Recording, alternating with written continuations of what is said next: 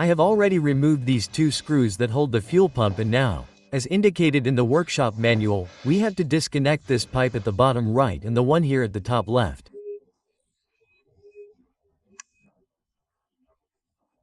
Very well done.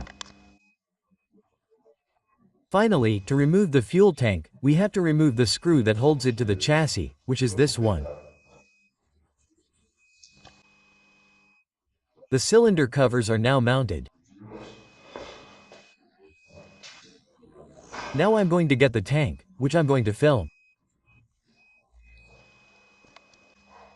I'm going to get the tank and mount it.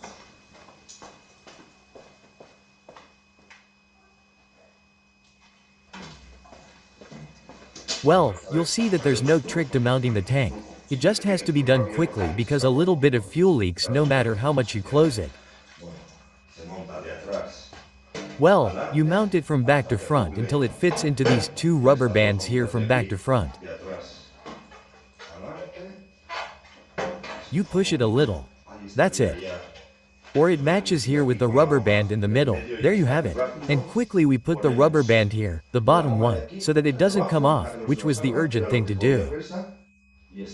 And this one down here, the one down here, and the one up here.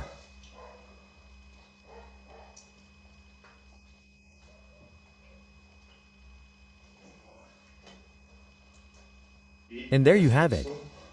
Now all that's left is to put the screw in here, tighten it, and the tank is assembled. There's no more trouble.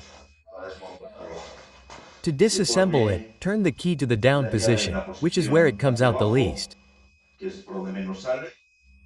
First, remove the one up here, then remove this one down here of the three that has the bottom connector.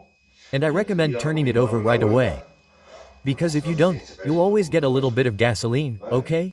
And there's no more.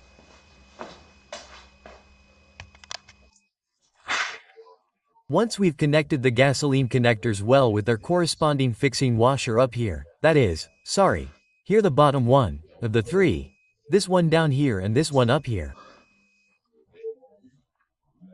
The only thing left to do is put the screw in, which is the one in the back. I have it here. It's this little screw. Well, a nut, a screw. Hexagonal. Then I tighten it and put the fuel pump in.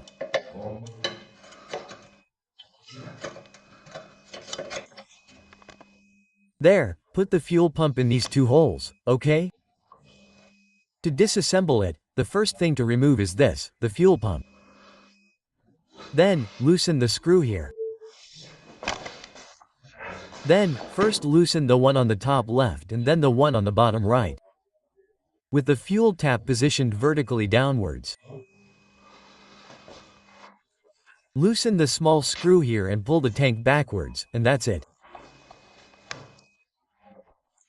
Well, another thing I wanted to tell you about this Yamaha Virago 250 model is the positions of the fuel tap. For those who don't know, it has three positions downwards. It is the on position, which would be the normal working position. It works with no fuel, that is, it only draws fuel when the engine is running. If you run out of fuel and have to use the reserve, you will first have to move it to the PRI position, which is this one here, which is the priming position, and then to the reserve, okay. When you run out of gas completely, if you don't have any, you have to fill the tank and, to start it, you have to put the key in the PRI position, that is, here on the left, which is the priming position. It supplies gasoline regardless of whether the engine is running or not, both in the on position and in the rest position, which works as a vacuum. Gasoline is supplied with the engine running. Okay? Well,